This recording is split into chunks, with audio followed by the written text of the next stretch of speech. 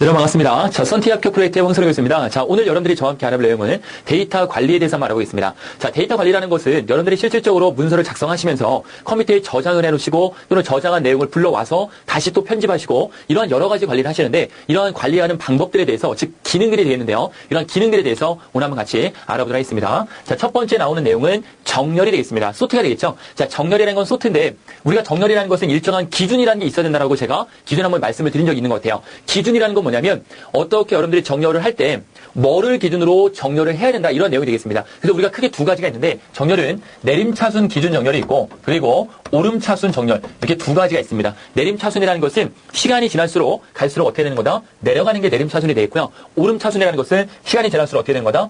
올라가는 게 오름차순이 된다는 겁니다. 그럼 시간이 지날수록 내려간다는 거기 때문에 내림차순은 10부터 몇으로? 1로 내려가는 거죠. 오름차순은 1부터 10으로 어떻게 되는 거예요? 올라가는 거죠. 이해되시겠죠? 자, 또한 문자로 표현을 해보자면 내림차순이라는 것은 히읗에서 기역으로 어떻게 되는 거다? 내려가는 거고 오름이라는 것은 기역에서 히읗으로 어떻게 되는 거다? 올라가는 거다. 이렇게 여러분들이 알아두시면 되겠습니다. 자, 정렬의 계획과 실행을 보면 먼저 주메뉴 데이터에 정렬 메뉴를 클릭하거나 아니면 표준도구 모음에 이러한 아이콘을 클릭해서 여러분들이 정렬 메뉴를 실행할 수가 있습니다. 자, 정렬하기 전에 먼저 여러분들이 데이터가 먼저 있어야 됩니다. 여러분들이 갖고 있는 데이터를 기준으로 해서 정렬이라는 걸 이루어지기 때문에 여러분들이 데이터가 있는 상태에서 실습을 해보셔야 돼요. 자, 정렬을 실행하기 위해서는 정렬하기 위한 데이터 범위를 지정을 하거나 아니면 셀 포인터를 일정 데이터 범위 내에 위치시켜서 실행한다. 무슨 내용이냐면 많은 양의 데이터들이 있을 거예요. 엑셀에서 여러분 입력한 내용 중에 많은 양의 데이터들이 있는데 이 중에 일부의 내용만 정렬하려면 일부의 내용만 범위를 잡고 정렬을 해야 되고요.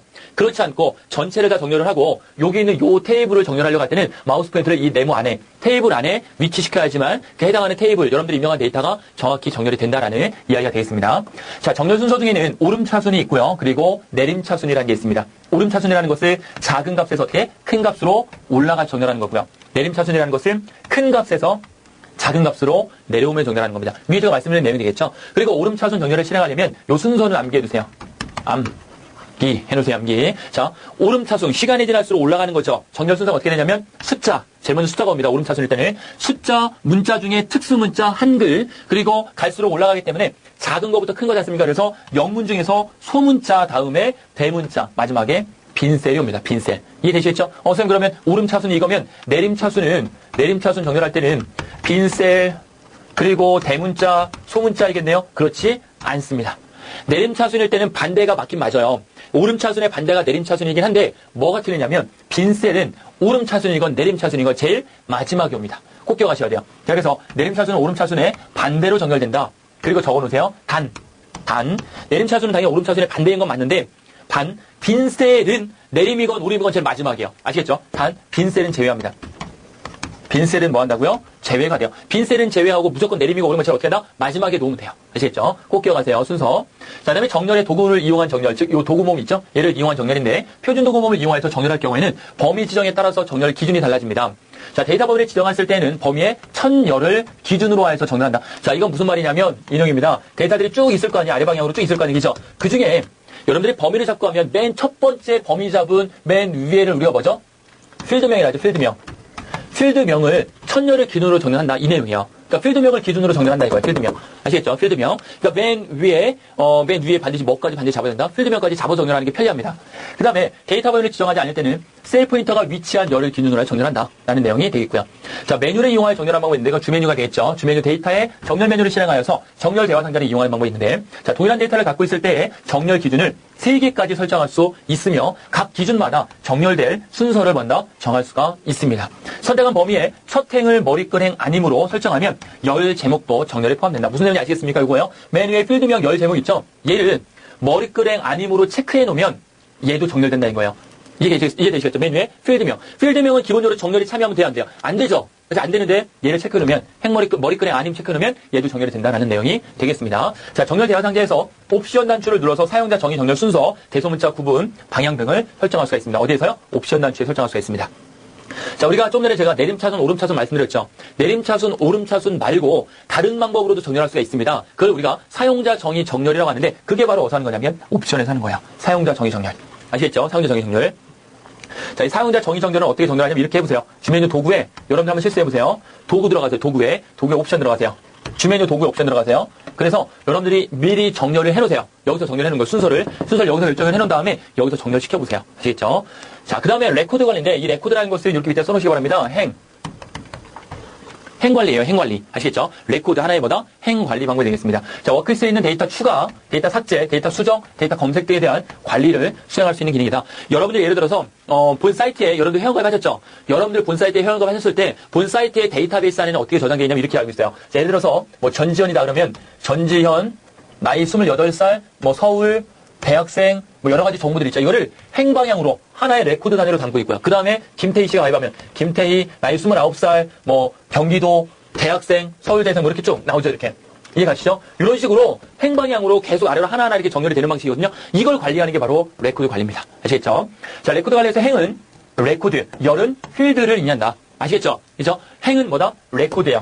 필드는 뭐예요? 필드 열. 자, 이름, 나이, 지역, 직업 이런 것들 이런 게 뭐다? 열이 되는 거예요. 열, 필드 아시겠죠? 그 다음에 레코드의 집합체를 뭐다? 데이터베이스라고 한다. 이런 전체 레코드 전지현, 김태희, 황선호 누구 여러 명 있죠. 그 여러 명을 전체 합친 걸 뭐라고 한다고요? DB 즉 데이터베이스라고 한다는 겁니다. 자, 데이터베이스의 첫 행을 각 필드를 구분하기 위한 뭐다? 필드명을 입력한다.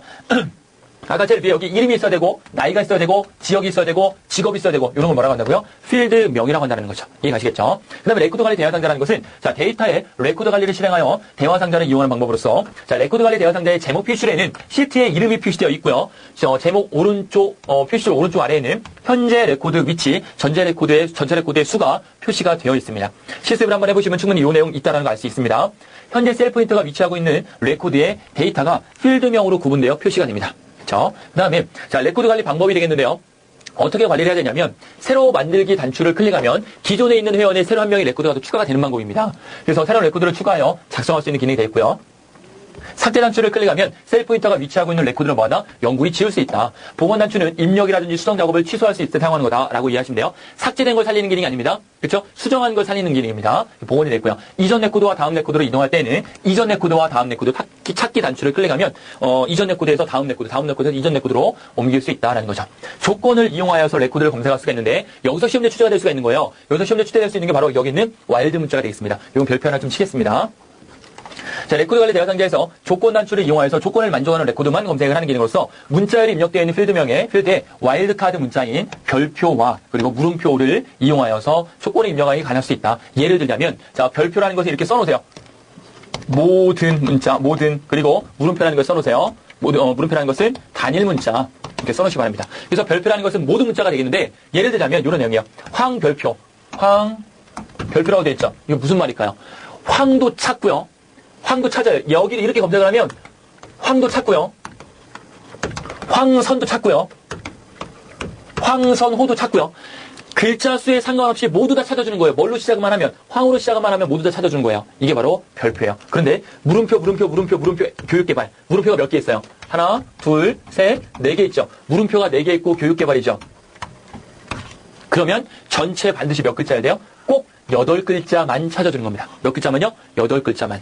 이해되시겠죠? 자, 8글자만 찾아주고 앞에 물음표는 뭐니까 단일 문자니까 반드시 4개만 찾아주는 거. 이해가시겠죠? 그렇게 이해하시면 돼요. 자, 수치 데이터가 입력되어 있는 필드에 비교 연산자를 이용하여서 조건을 입력할 수가 있습니다. 그 다음에 자동 필터라는 것은 우리가 필터라는 것은 우리 정수기에 여러분 드시는 물에 정수기에 필터 달려있죠? 똑같은 거예요. 자동 필터라는 것은 여러분들이 원하시는 내용을 어떻게 하는 거다? 필터링해서 나한테 검색해 주는 거. 그게 바로 자동 필터가 된다는 겁니다. 실습 한번 꾸겨보시고 어려운 거 아니니까 금방 할 수 있으실 거예요. 주변에 데이터의 필터에 자동 필터 눌러놓으시면 돼요.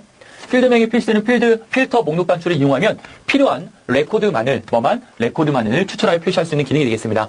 주변의 데이터에 필터의 자동 필터 메뉴를 실행하여서 필드명의 필터 목록 단추를 표시를 합니다. 뭐를 표시한다고요? 필드명의 필터 목록 단추. 어떻게 생겼냐면요. 이렇게 생겼어요. 생긴 모양이 네모나여서 이렇게 안에 삼각형 모양으로 이렇게 생겼습니다. 이렇게 생겼습니다. 이게 바로 뭐예요? 필터 목록 단추다라는 겁니다. 자, 이런 필터 목록 단추를 눌러 표시하고자 하는 목록을 선택을 하면 결과가 표시가 되고요. 다른 필드의 필터 목록 단추를 눌러 여러 필드 조건을 함께 만족하는 데이터 표시도 가능한 방식이 되겠습니다. 자동 필터 기능만으로는 필터의 결과를 다른 위치에 표시할 수는 없고요. 어디에만? 현재 위치에만 표시할 수 있습니다. 그래서 원본 데이터가 있죠. 즉 여러분들이 현재 엑셀에서 원본 데이터들이 쭉 있을 거예요. 이러한 원본 데이터들이 여기 쭉 있다면 이 원본 데이터 자체에서만 아래 방향으로 몇 개만 딱 골라서 이렇게 표시할 수 있는 그런 내용이 된다라는 겁니다. 이해가시겠죠? 그 다음에 자동 필터의 선택적 자동 필터라는 것은 위쪽이나 아니면 아래쪽을 기준으로 하여서 항목이나 백분율에 따라서 필터 결과를 표시할 수가 있습니다. 필터 결과. 해당 필드의 자동 필터 목록 단추에서 탑 10을 누르게 되면 표시할 수 있는 기준은 위쪽에서 여러 개, 아래쪽에서 여러 개 선택할 수 있다. 이건 반드시 수치 데이터에서만 있는데 잘 보세요. 수치가 예를 들어서 점수가 쭉 나오는데 점수가 상위 5명만 고를 때 이해가시죠? 상위 5명만 고를 때 탑 10을 누르면 된다는 거예요. 그때는 상위 5명은 위쪽으로 해놓고 개수를 5로 지정하면 돼요. 개수를 5로. 그러면 상위 5명만. 그러면 꼴등부터 5명만 고를 때는 하위, 아래쪽에 5명만 선택하시면 됩니다. 이해 가시겠죠? 나타낸 항목의 개수나 전체 목록의 백분율을 선택을 하고 항목이라든지 백분율을 지정을 할 수가 있습니다. 자동 필터의 조건이라는 것은 자 조건을 이용하여 데이터를 추출할 필드의 자동 필터 목록 단추에서 사용자 정의, 이 부분 중요한 겁니다. 사용자 정의를 선택을 합니다. 자, 이런 사용자 정의 자동 필터 대화 상자에서 두 가지 이하의 조건을 그리고 AND 또는 OR로 연결하여 표시할 수 있다. 그렇죠? 그래서 여러분들이 이거는 주메뉴 아니죠? 자동 필터에 사용자 정의 목록을 클릭해보세요. 사용자 정의를 클릭해보시면 이렇게 대화 상자가 하나 나타납니다. 길게 대화 상자가 나타나는데 거기에 두 가지가 있습니다. 그리고라는 게 있고 또는이라는 게 있어요. 그리고라는 것은 두 가지 조건을 준다고 말씀드렸죠. 두 가지 조건을 주는데 두 가지 조건에서 그리고라는 것은 둘 다 만족을 해야 된다는 소리고요. 또는이라는 것은 두 가지 조건에서 하나만 만족하면 된다라는 내용이 되겠습니다. 이해 가시겠죠? 자, 비교 연산자는 같다, 같지 않다, 크다, 크거나 같다, 작다, 작거나 같다, 시작하는 문자, 제외할 시작 문자, 끝 문자, 제외할 끝 문자 등 여러 가지의 연산자를 사용할 수가 있습니다. 이런 거 실질적으로 하는 방법은 우리 실기 시간에 더욱더 자세히 여러분들이 알아볼 거고 실기에서는 이런 자동 필터가 시험 문제 100% 나옵니다. 아시겠죠? 그래서 실기 시간에 좀 더 자세히 알아보도록 하겠습니다. 자, 이 고급 필터도 우리 실기 시험에 100% 나오는데 고급 필터는 우리 필기 시험에서도 잘 나와요. 그래서 한번 알아보겠습니다. 자, 데이터 범위에서 원하는 결과를 별도의 조건 범위를 참조하여서 추출하여 표시하는 기능이 바로 고급 필터 기능입니다. 이 고급 필터 기능은 원본 데이터가 그대로 있고요. 원본 데이터 말고 다른 곳에다가 결과를 추출할 수도 있어요. 자동 필터는 약간 차이점이 있겠죠. 주메뉴 데이터의 필터의 고급 필터 메뉴를 실행하면 고급 필터를 실행하기 전에 참조할 조건은 미리 작성되어 있어야 한다. 조건 자체가 화면에 일정한 셀에 등록되어 있어야 돼. 그래서 이 부분이 시험 출제가 되는 거예요. 조건을 그럼 어떻게 미리 만들어 놔야 되느냐, 이런 부분이 시험에 출제가 되기 때문에 그 부분을 제가 자세히 말씀드리도록 하겠습니다. 자, 조건을 만족하는 필터의 결과는 현재 작업 중인 워크리스트에 다른 위치에 표시가 가능합니다. 어디에요? 다른 위치에 표시가 가능합니다. 자, 고급 필터의 작성 단계를 보면 고급 필터 대화 상자에서 필터 결과를 현재 데이터 위치에 표시할 것인지 다른 장소에 복사할 것인지 여부를 결정할 수가 있습니다. 무슨 내용인지 아시겠죠? 원본 데이터에다가 그대로 결과값을 표시할 건지 원본 데이터는 그대로 두고 다른 곳에다가 표시할 건지 선택할 수 있다는 거예요. 자동 필터는 그럴 수 없다고 했잖아요. 자동 필터는 반드시 원본 데이터에다만 할 수 있는데 고급 필터는 다른 곳에다 표시할 수 있습니다. 데이터 범위와 조건 범위 그리고 복사 위치를 각각의 워크리스트에 지정할 수가 있습니다. 차례 조건을 만족하는 행에서 중복되는 행을 제외시킬 때에는 고유한 레코드만 확인란을 선택할 수가 있습니다. 조건 범위에는 워크리스트에 별도로 작성하며 작성 방법에 따라서 AND라든지 OR 조건에 의한 결과 표시가 가능한 방식입니다. 그래서 AND와 OR는 제가 조금 전에 이따 다시 한번 이거를 말씀드리도록 하고요. 충분히 아시는 내용이죠. 그죠? AND, OR 아까 그 자동 필터랑 똑같은 기능이에요. 기능 자체는요. 실제 시험에 출제되는 거 여러분 보고 계신 요 화면에 출제가 됩니다. 요 화면이 고급 필터의 조건. 얘는 시험 문제 우리 필기 시험에도 상당히 많이 출제가 됩니다. 자, 그럼 어떻게 출제가 되는지가 중요하겠죠. 잘 보세요. 먼저 AND 조건과 OR 조건인데 AND 조건은 아까도 말씀드렸지만 두 가지 이상의 조건이 모두 만족해야지만 출력이 되는 게 AND 조건이에요. OR 조건이라는 것은 하나만이라도 만족하면 출력을 하는 거. 그게 바로 뭐다? OR 조건이라고 말씀드렸습니다. 기억나시죠? 그래서 AND 조건은 자, 조건을 같은 행에 작성을 한다. 이게 중요한 거예요. 무슨 행에? 같은 행에 작성한다라는 겁니다. 예를 들어서 6개의 셀이 있는데요. 출석이 30이 아니면서 시험이 60 이상인 거를 골랐나 할 때, 자, 출석이라는 필드명과 시험이라는 필드명이 있죠. 요건 필드명이고 아래 부분에 조건을 쓰는데, 아래 조건에 우선 출석이 30이 아니라고 했으니까, 아니요. 뭐가 아니요? 30. 제대로 표기됐죠. 그리고 시험. 이상, 얼마 이상? 60 표기됐죠. 왼쪽에 있는 조건 1과 오른쪽에 있는 조건 2가 무슨 필드에 있어요? 같은 행 위치에 있죠. 같은 행 위치에 있기 때문에 얘는 뭐다? 그쵸. AND 조건이다. 이게 아시겠죠? AND 조건입니다. 그 다음에 OR 조건이라는 것은 조건이 어디에? 다른 행에. 이게 중요한 거죠. 다른 행에 작성하는 겁니다. 그래서 출석이 30 이상, 30이 아니거나, 이거나죠. 아니거나. 시험이 60 이상인 거. 얘가 어떻게 된다? 다른 행에 입력되어 있는 것을 확인할 수가 있습니다. 어려운 거 아니죠. 꼭 외워두셔야 돼요. AND 조건은 무슨 행에? 동일한 행에. OR 조건은 무슨 행에? 다른 행에 입력을 할 수 있다라는 내용이 AND 조건과 오화 조건의 차이가 되겠습니다. 이해가시겠죠? AND와 OR. 그래서 AND는 다시 한번 볼게요. 같은 행에, OR는 다른 행에. 아시겠죠? 꼭 기억하시기 바랍니다. 그 다음에 텍스트 나누기라는 것은 뭐냐면 이렇게 알아두시면 쉽습니다. 자, 셀이 있는데 셀의 내용이 쭉 있는 좀 길어요. 그래서 이 긴 텍스트를 나누는 거예요. 아시겠죠? 그 기능이에요. 텍스트 마법사를 실행하는데요. 하나의 셀에 입력되어 있는 문자열 데이터를 여러 개의 셀로 나눠 표시하는 기능. 좀 전에 말씀드린 거죠. 하나의 셀 안에 여러 가지의 문자들이 쭉 나열되어 있어요. 그럼 이거를 하나의 문자가 하나의 셀에 들어가도록 여러 개로 이렇게 나눠서 표시하는 기능. 그게 바로 텍스트 마법사입니다. 자, 데이터가 셀에 입력되어 있을 때는 데이터의 텍스트 나누기를 이용하여서 실행을 하고요. 주변의 파일의 열기 메뉴를 이용할 때는 파일 형식을 텍스트 파일로 지정하여서 열기 단추를 눌러오게 되면 메모장으로 입력되어 있는 텍스트 파일을 엑셀 파일로 열 수 있는 기능이 되겠습니다. 자, 주변의 데이터의 외부 데이터 가져오기, 텍스트 파일 가져오기 메뉴를 이용할 때에는 가져오기 단추를 클릭하여서 실행을 하고요. 텍스트 마법사 진행 단계를 보면요. 1단계, 2단계, 3단계가 있죠. 1단계는 원본 데이터 형식에 따라 분리한다. 그렇죠? 텍스트 마법사에서요. 2단계는 데이터를 구분할 방식을 지정을 한다. 탭이나 세미콜론이나 쉼표나 공백 등을 지정할 수 있는 거고요. 3단계는 분리될 필드에 대한 서식을 지정하는 게 3단계에서 지정을 하는 겁니다. 그래서 텍스트 마법사의 1단계, 2단계, 3단계인데 요거는 뭐 시험에 많이 나오진 않으니까요. 실습만 한번 시켜보세요. 자, 어떻게 실습하느냐 제가 말씀드릴게요. 자, 여러분들 메모장을 띄우세요. 메모장 하나 띄우세요. 메모장 하나 띄우시고 메모장에다 뭐라고 입력하시면 이렇게 입력하세요. 메모장에다 그냥 쭉 입력하는 건데 예를 들어서 여러분 이름 장동건 한 칸 띄세요. 아시겠죠? 한 칸 띄고 나이 33살 한 칸 띄고 뭐 서울 그리고 엔터 치세요. 그리고 뭐 김태희 한 칸 띄고 28살 한 칸 띄고 뭐 대전 이런 식으로 울산인가 김태희가 울산 그리고 뭐 전지현 한 칸 띄고 나이 29살 한 칸 띄고 서울 이런 식으로 메모장에다 입력을 하신 다음에 몇 명만 해보세요. 그리고 저장하세요. 저장. 컴퓨터에 저장하세요. 아시겠죠? 저장한 다음에 어떻게 여냐? 엑셀을 띄우세요. 저장해놓고 엑셀을 띄우세요. 엑셀 띄운 다음에 파일에 열기 들어가세요. 아시겠죠? 엑셀을 띄워서 파일 열기를 누른 다음에 열기 단추를 눌러서 엑셀에서 열기 단추를 눌러서 이 메모장 파일을 띄우세요. 그리고 띄우면 이러한 내용이 나올 거예요. 텍스트 마법사 3단계, 1단계, 2단계, 3단계를 진행시켜보세요. 아시겠죠? 실습을 꼭 한번 해보시기 바랍니다. 자, 외부 데이터 가져오기 아까 제가 위에서 말씀드린 이 내용이에요. 자, 외부에 있는 데이터를 가져오는 방법이에요. 자, 여러분들 txt라고 하는 텍스트 파일이라는 것은 텍스트 파일이라는 것은 엑셀 파일이 아니죠. 엑셀 파일이 아닌 이런 파일들을 외부에서 가져올 수 있는 기능이다. 이렇게 이해하시면 됩니다. 외부에 존재하는 쿼리 파일, 쿼리라는 건 지리 파일이 되겠는데 MDB 파일입니다. MDB 파일. 데이터베이스 파일. 이런 파일을 실행하거나 새로운 쿼리를 만들어 데이터베이스 파일을 가져올 수 있습니다. 엑셀에서 가져올 수 있는 외부 데이터로 쓰는 액세스, 디베이스, 폭스프로 전부 다 이거는 MS사에서 만든 겁니다. 그리고 오라클 이런 내용들이 있다. 그리고 뭐 데이터베이스 파일과 텍스트 파일 등을 얼마든지 가져올 수 있다. 우리가 제일 많이 가져오는 거 여기 있는 텍스트 파일. 얘를 제일 많이 갖고 옵니다. 자, 마이크로소프트 쿼리, VBA, 쿼리 마법사, 웹쿼리 등을 이용해서 외부 데이터를 가져오거나 쿼리를 작성할 수가 있습니다. 자, 외부 데이터 가져오기로 가져온 데이터는 외부에 원본 데이터가 변경이 되면 어떻게 된다? 가져온 데이터도 어떻게 된다? 변경된다. 요거 정도만 좀 알아두세요. 외부 데이터에서 내용을 가져온 거는 외부에 있는 데이터가 변경이 되면 당연히 얘도 변경이 된다라고 이해하시면 되겠습니다. 그 다음 외부 데이터 도구 모음인데 자, 요것도 시험에 많이 나왔었어요. 꼭 좀 알아두시기 바랍니다. 첫 번째 있는 요 모양은 쿼리 편집기입니다. 보이시죠? 쿼리 편집. 손모양에 있는 것은 등록 정보, 그리고 쿼리 매개 변수. 아시겠죠? 매개 변수. 그리고 데이터 새로 고침 느낌표, 데이터 새로 고침 취소, X 버튼이 있죠? 그리고 모든 데이터 새로 고침, 모두 새로 고침하는 거고요. 그 다음에 상태 새로 고침, 느낌표라는 것이 오늘 상태를 새로 고쳐주는 기능이다. 이렇게 여러분들 알아두시기 바랍니다. 요거 모양을 표시해주고 요게 해당하는 게 뭡니까? 이렇게 나올 수 있다라는 거예요. 아시겠죠? 꼭 기억해 주시기 바라겠고요. 쿼리라는 것은 질이라는 겁니다. 질의.